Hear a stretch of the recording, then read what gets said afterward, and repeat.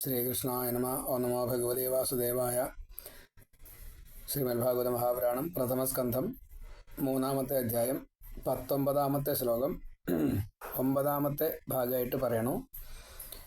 പഞ്ചദശം വാമനകം കൃത്വാഗാധധ്വരം ബലേഃ പദത്രയം യാജമാനഃ പ്രത്യാദിൽ സുസ്ത്രിവിഷ്ടപം. പഞ്ചദശം 15-ാമത്. 14-ാമത്തെയാണ് നമ്മൾ നരസിംഹം ആയിട്ട് വന്നു എന്ന് പറഞ്ഞു. 15-ാമത്തെ അവതാരം വാമനകം, വാമന രൂപത്തെ, ചെറിയ രൂപത്തെ എന്ന ഉദ്ദേശം വാമനൻ എന്ന പേരും കൃത്വ എടുത്തിട്ട് ത്രിവിഷ്ടപം 3 ലോകത്തെയും, വിഷ്ടപങ്ങൾ 3 ഭാഗങ്ങളായിട്ട്, അപ്പോൾ അതിനെ മൂന്ന് ലോകം, 14 ലോകത്തെ ഒന്നിച്ചെടുത്തു. സ്വർഗം, പാതാളം, ഭൂമി. ഏതായാലും ഊർധ്വലോകം, അധോലോകം, ഭൂമിയും കൂടിയിട്ട് അളന്നു. പ്രത്യാദിൽ സുഹു, അതായത് ആദിൽ സുഹു, പ്രത്യാദിൽ സുഹു, മടക്കിയെടുക്കാൻ ആഗ്രഹിക്കുന്നവനായിട്ട് വന്നു എന്നാണ്. അതായത് ഭഗവാൻ അങ്ങോട്ട് കൊടുത്തതാണ് ബലിക്ക്, ബലിയിൽ നിന്നും അത് തിരിച്ചെടുക്കുക, അതാണ് പ്രത്യാദിൽസു. ഇപ്പോൾ പ്രത്യാദിൽസു അതിനൊരു കുറച്ചൊരു താല്പര്യത്തോട് കൂടിയിട്ട് മടക്കിയെടുക്കാൻ ആഗ്രഹിച്ചു, ഔത്സുക്യത്തോട് കൂടിയിട്ട് പദത്രയം 3 അടി യാചമാന, യാചിക്കുക. അതായത് യാചനാച്ഛലം എന്നാണ്. യാചിക്കുക എന്നത് ഉണ്ടായോ എന്ന് ചോദിച്ചാൽ ഉണ്ടായി. എങ്ങനെയാണ്? 3 അടി മണ്ണ് വേണം എന്ന് പറഞ്ഞു തപസ് ചെയ്യാൻ വേണ്ടിയിട്ട്. അപ്പോൾ യാചിച്ചു. പക്ഷെ ഭഗവാൻ കൊടുത്തതാണ്. കൊടുത്തതിനെ പിന്നെ രണ്ടാമത് എന്തിനാ യാചിക്കണ ചോദിച്ചാൽ, എടുക്കാൻ കഴിവുള്ള ഭഗവാൻ അത് ചോദിച്ചു, അങ്ങനെ കൂട്ടിയാൽ മതി. അതൊരു നാടകമാണ്. അപ്പോൾ അതേപോലെ തന്നെ ഭഗവാൻ ചെയ്തു എന്നതാണ്. അതുകൊണ്ട് യാജമാനഹ, യാചിക്കുന്നവനായിട്ട്, ബലേഹ, ബലിയുടെ, അധ്വരം, ആ യാഗശാലയെ അഗാധ് പ്രാപിച്ചു. അപ്പോൾ പഞ്ചദശം 15-ാമത്തെ വാമനകം, വാമനൻ എന്ന പേരായിട്ട്, കൃത്വാഗാദ്, കൃത്വ അഗാദ് അധ്വരം, കൃത്വ അഗാദ് അധ്വരം, കൃത്വ ചെയ്തു, അഗാദ്, അധ്വരം എന്ന് പറയുമ്പോൾ യാഗം, അഗാദ് എന്ന് പറഞ്ഞാൽ അവിടെ എത്തി, അവിടെ യാഗശാലയിലെത്തി. അധ്വരം എന്ന് പറഞ്ഞാൽ യാഗം, യാഗശാലയിൽ എത്തി, അധ്വരം. കൃത്വ അഗാദ് അധ്വരം ബലേഹ, ബലിയുടെ, പദത്രയം 3 പാദം, 3 കാലടി, യാചമാനഹ, യാചിച്ചു. പ്രത്യാദിൽസുഹു ത്രിവിഷ്ടവം, മടക്കിയെടുക്കാൻ ആഗ്രഹിക്കുന്നവനായിട്ട് 3 ലോകത്തെയും. ഇപ്പോൾ 15-ാമത്തെ ഭഗവാൻ വാമന രൂപം ആണ് സ്വീകരിച്ചത്. സ്വേച്ഛോപാത്ത വപുവാണ്. ജനിച്ച വഴിക്ക് തന്നെ വലുതായ വഴിക്ക് തന്നെ ആവശ്യത്തെ നിറവേറ്റാൻ വേണ്ടിയിട്ട് ബലി യാഗം ചെയ്യുന്ന സ്ഥലത്തേക്ക് എല്ലാവരും കൂടിയിട്ട് പോവുകയാണ്, ഉപനിച്ചുണ്ണിയായിട്ട്. അവിടെ ചെന്നു 3 അടി മണ്ണ് വേണം തപസ് ചെയ്യാനെന്ന്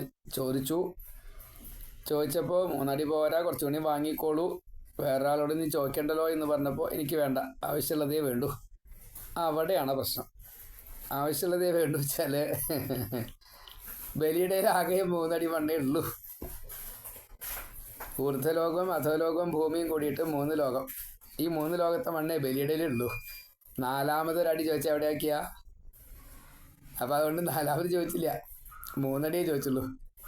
3 അടി ഭഗവാൻ എന്ത് ചെയ്തു?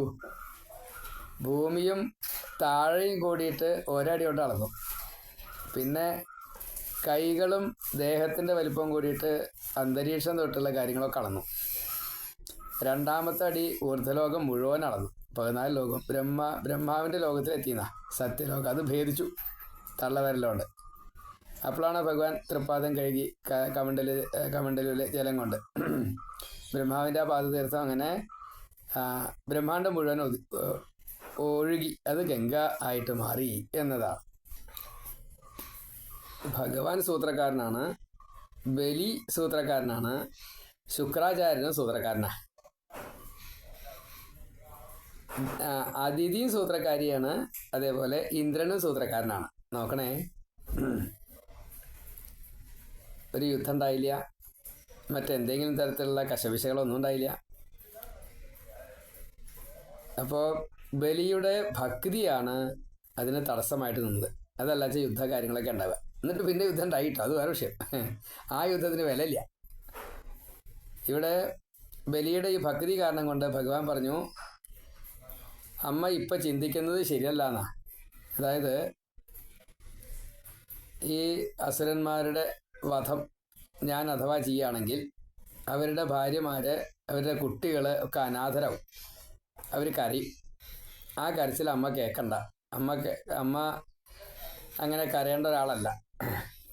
എന്നുവെച്ചാൽ അവരുടെ ദുഃഖം അതിഥിക്കും ബാധിക്കും എന്നാണ് ഭഗവാന്റെ ന്യായം. കാരണം അതിഥി സാത്വിക ഭാവത്തിലാണ്. ദിതി കരയുമ്പോൾ അതിഥിയും കരയും, അങ്ങനെയാ. അതൊരു വ്യംഗ്യം ആണ്. അതിഥി കരയുമ്പോൾ ദിതി കരയാറില്ല, പക്ഷേ ദിതി കരയുമ്പോൾ അതിഥി കരയാറുണ്ട്. അതൊരു വ്യംഗ്യമാണ്.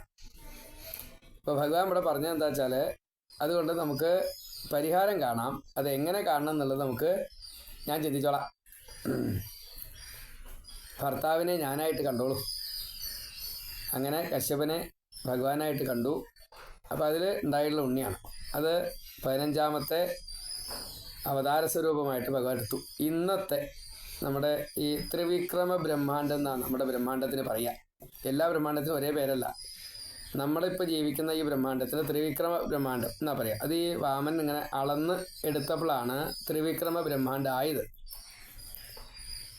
ഈ ബ്രഹ്മാണ്ടത്തിൽ ഇപ്പോൾ ഭരിച്ചുകൊണ്ടിരിക്കുന്നത് വാമനമൂർത്തിയാണ്, അംശാവതാരം. 6 ഗണം നമ്മളെ ഭരിക്കും. സൂര്യൻ തൊട്ടുള്ള ഒരു ഗണം വേറെ, മനുവും മനുപുത്രന്മാരും, ഇന്ദ്രനും ദേവന്മാരും, സപ്തർഷികളും, പിന്നെ അംശാവതാരവും 6ാമത്തെ. ഈ അംശാവതാരം വാമനമൂർത്തിയാണ്.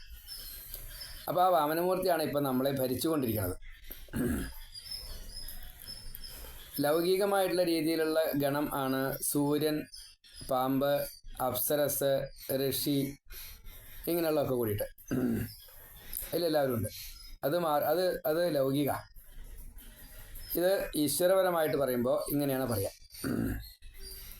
അപ്പോൾ ഈ 15ാമത്തെ വാമന രൂപമായിട്ട് ഭഗവാൻ കൃത്വ സ്വീകരിച്ചു. എന്നിട്ടോ അഗാധ അധ്വരം അവിടെ എത്തി. ഇവിടെ ഈ ബലിയുടെ യാഗശാലയിൽ നർമ്മദാ തീരത്ത്, ഗുജറാത്തിലൊക്കെയാണ്, അവിടെ എത്തി. ബലേഹേ, മഹാബലി ആക്കാൻ വേണ്ടിയിട്ടാണ്. വിരോചനൻ്റെ പുത്രൻ, പ്രഹ്ലാദൻ്റെ പൗത്രൻ, ബാണൻ്റെ അച്ഛൻ, ഇങ്ങനെയൊക്കെയാണ്. കുറേ ഉണ്ട് പ്രത്യേകത ബലിക്ക്. ബലി ഭക്തനാണ്. അപ്പോൾ ചെന്ന് ചോദിച്ചു യാജ്ഞാചലം പദത്രയം യാജമാനഹ. എന്നിട്ട് 3 അടി ചോദിച്ചു. പ്രത്യാദിൽസു, വീണ്ടും തിരിച്ചെടുക്കുക എന്ന ഭാവേന. കാരണമുണ്ട്. ഭഗവാനാണ് ഇന്ദ്രനെ ഈ മന്വന്തരത്തിലെ ദേവാധിപതിയായിട്ട് അവരോധിച്ചത്. അപ്പോൾ ഇത്രയും കാലം പാലകൻ എന്നുള്ള നിലയ്ക്ക് ഇന്ദ്രൻ്റെ ആ സ്ഥാനത്തിന് നഷ്ടം വരാൻ പാടില്ല. അപ്പോൾ ബലിക്കാനുള്ള അർഹതയെ വിശ്വസർക്ക് യാഗം ചെയ്ത ആളാണ്. 100 യാഗവും ചെയ്തു ശുക്രനെ കൊണ്ട്. അപ്പോൾ ഇന്ദ്രൻ എന്നുള്ളൊരു അവസ്ഥയ്ക്ക് അധികാരമായി. അതുകൊണ്ട് യുദ്ധം പറ്റില്ല, യുദ്ധം വേണ്ടാച്ചു. എന്നിട്ട് യാചിച്ചു, തൽക്കാലം ഇങ്ങോട്ട് തരൂ, പിന്നീട് അങ്ങോട്ട് തരാട്ടോ. അവിടെയാണ് തൽക്കാലം ഇങ്ങോട്ട് തരൂ, പിന്നീട് അങ്ങോട്ട് തരാട്ടോ. അത് ബലിക്ക് ഇപ്പം അറിയില്ല. എപ്പോഴാണ് അറിഞ്ഞത്? അനുഗ്രഹിക്കുമ്പോഴാണ്. സുതലത്ത് പോയിക്കോളൂ, അടുത്ത മന്വന്തരത്തിൽ ഇന്ദ്രനായിട്ട് വരൂ കേട്ടോ എന്ന് പറഞ്ഞ് അനുഗ്രഹിച്ചു എന്നാ. അപ്പം ഇനി അടുത്ത ഇന്ദ്രൻ ഈ ബലിയാണ്. ഇപ്പോൾ ഊണ് കഴിക്കുക, ഉറങ്ങുക, എല്ലാ ദിവസവും ഭഗവാനെ ഇങ്ങനെ തൊഴുതുകൊണ്ടിരിക്കുക. ഭഗവാൻ അവിടെ കാവലുണ്ട്. അപ്പോൾ വളരെ സുഖമാണ്. ഈ ഇപ്പോഴത്തെ ഇന്ദ്രൻ പുരന്തരനാണ്. പുരന്തരനേക്കാൾ സുഖമാണ് ഈ ബലിക്ക്. ഭാവിയിൽ മറ്റേ ഇന്ദ്രനാവാൻ പോകേണ്ട ഈ ബലിക്ക് ജ്ഞാനവും കിട്ടും, സമാധാനമുണ്ട്, ശുദ്ധഭാവം, ശാന്തഭാവം ഒക്കെ ഉണ്ട്. ബഹുഭാഗ്യവാനാ. അങ്ങനെ ഈ 3 ലോകത്തെയും ഭഗവാൻ തിരിച്ചെടുത്തു. എന്നിട്ട് ഇന്ദ്രന് കൊടുത്തു. ഇന്ദ്രനെ കൊണ്ട് ഇപ്പോൾ ഭരിപ്പിക്കണം. ഭഗവാനും ഇന്ദ്രനും കൂടിയിട്ടാണ് നമ്മളെ, പുരന്തരനും വാമനനും കൂടിയിട്ടാണ് ഈ ബ്രഹ്മാണ്ടം ത്രിവിക്രമ ബ്രഹ്മാണ്ടം എന്ന പേരിലാക്കിയിട്ട് ഇപ്പോൾ ഭരിച്ചുകൊണ്ടിരിക്കുന്നത്. 15 വാമനകം കൃത്വാ അഗാധധ്വരം ബലേഹേ പദത്രയം യാചമാന പ്രത്യാദിൽസുഹു ത്രിവിഷ്ടപം. പ്രത്യാദിൽസുസ്ത്രിവിഷ്ടപം. അവസാനത്തെ സ്വരം ഏതാണോ അതിനെ ഒന്ന് അങ്ങോട്ട് നീട്ടിക്കഴിഞ്ഞാൽ കിട്ടും. അങ്ങനെയാണ് പ്രത്യാദിൽസുഹു. അങ്ങനെയാണ് വിസർഗം വരിക. ആകാരാണെന്ന് വെച്ചാൽ അഹ, ഈകാരമാണെങ്കിൽ ഇഹി, ഉകാരമാണെങ്കിൽ ഉഹു. പ്രത്യാദിൽസുഹു ത്രിവിഷ്ടപം. ഇനി അടുത്തത് 20ാമത്തെ ശ്ലോകം. അവതാരേ ഷോഡശമേ പശ്യൻ ബ്രഹ്മദ്രുഹോ നൃപാൻ ത്രിസപ്തകൃത്വ കുപിതോ നിക്ഷത്രാമകരോന്മഹിം. ഷോഡശമേ 16ാമത്തെ അവതാരത്തിൽ നൃപാൻ രാജാക്കന്മാരെ ബ്രഹ്മദ്രുഹ ബ്രാഹ്മണരെ ദ്രോഹിക്കുന്നവരായിട്ട് കണ്ടു. പശ്യൻ അത് കണ്ടപ്പോൾ കോപിച്ചു ഭഗവാൻ. എന്നിട്ടോ പരശുരാമനായിട്ട് അവതാരം ചെയ്തു. ത്രിസപ്തകൃത്വ 3 സപ്ത 7 3 × 7 21 തവണ.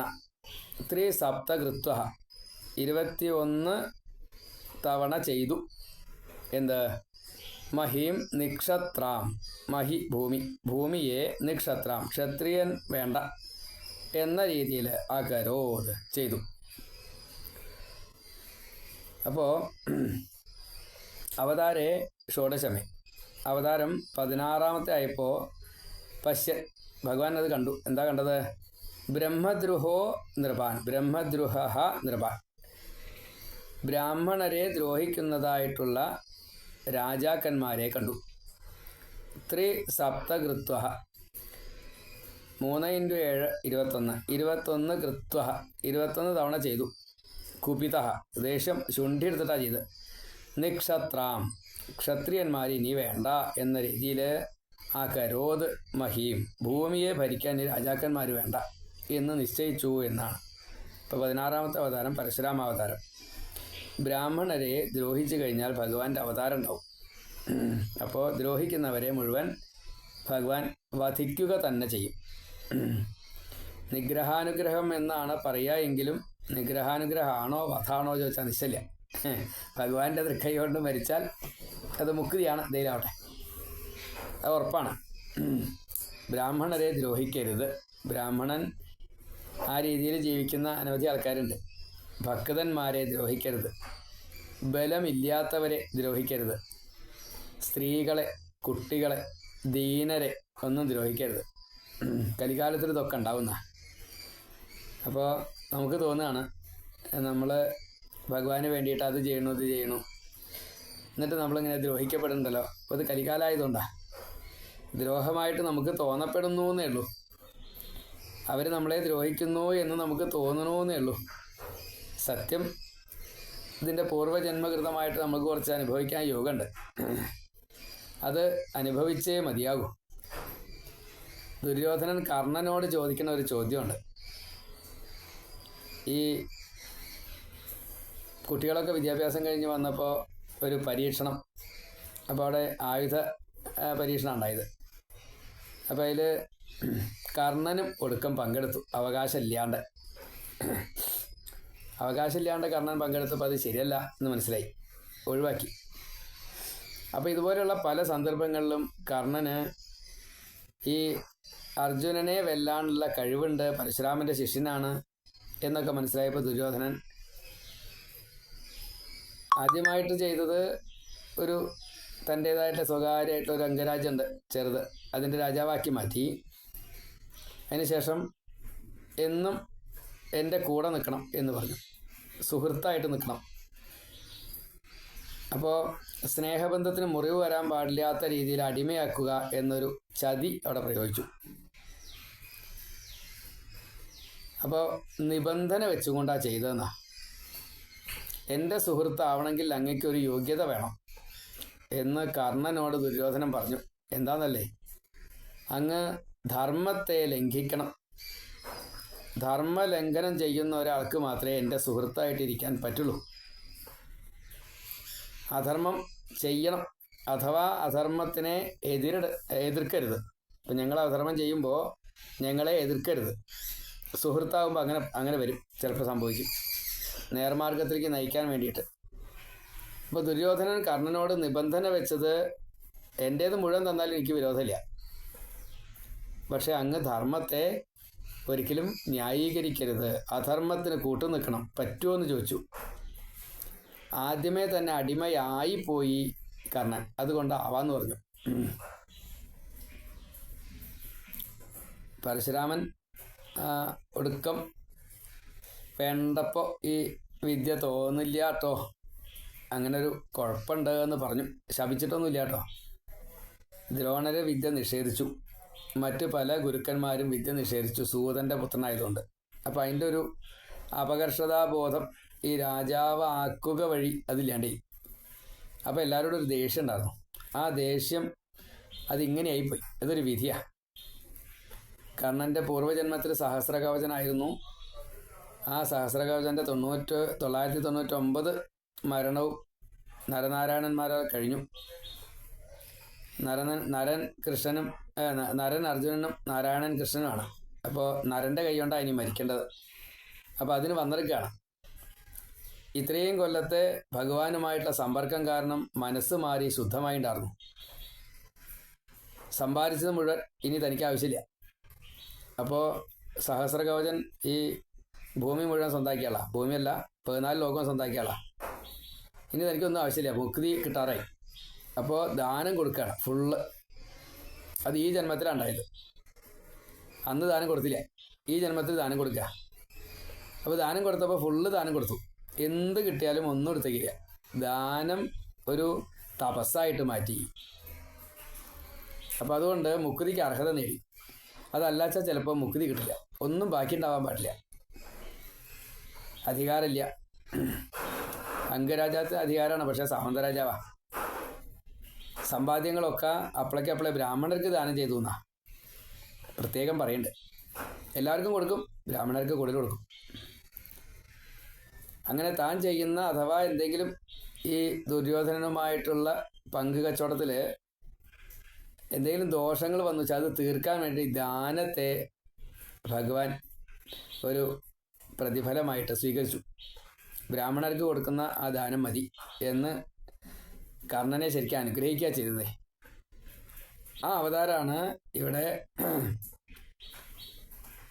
ഈ ക്ഷത്രിയരെ മുഴുവൻ ഇല്ലാണ്ടാക്കുക എന്ന ഭാവം പരശുരാമൻ ചെയ്യുന്ന സമയത്ത്. ഇപ്പോൾ പരശുരാമൻ അന്ന് അങ്ങനെ ചെയ്തു, പിന്നീട് ചെയ്തിട്ടില്ല എന്നതാണ്. അപ്പോൾ ദുഷ്ടനായിട്ടുള്ള ക്ഷത്രിയ ഭാവത്തിൽ എത്താൻ സാധ്യതയുണ്ട് എന്ന് കണക്കാക്കിക്കൊണ്ടാണ് തൻ്റെ വിദ്യ വേണ്ട സമയത്ത് ഓർമ്മിക്കാതെ പോട്ടെ എന്ന് കർണനെ അങ്ങനെ പറയേണ്ടി വന്നത്. ശപിച്ചിട്ടല്ല, അങ്ങനെ സംഭവിക്കാൻ സാധ്യത ഉണ്ട് കേട്ടോ കർണ എന്നാണ്. അതാണ് പരശുരാമൻ. അവതാരേ ഷോഡശമേ, അവതാരം 16ാമത്തേത്. പശ്യൻ കണ്ടു. എന്താ കണ്ടത്? ബ്രഹ്മദ്രുഹ നൃപ, ബ്രാഹ്മണരെ ദ്രോഹിക്കുന്നതായിട്ടുള്ള രാജാക്കന്മാരെ. അപ്പോൾ ത്രിസപ്തകൃത്വ 3 7 തവണ 21 തവണ ചെയ്തു. കുപിത ശുണ്ഠി എടുത്തിട്ട്. നിക്ഷത്രാം ക്ഷത്രിയന്മാരെ മുഴുവൻ വധിച്ചു. വേണ്ട മുഴുവൻ ക്ഷത്രിയരെയും വധിച്ചു. ചീത്ത പ്രവൃത്തി ചെയ്യുന്നവരെ മുഴുവൻ വധിച്ചു.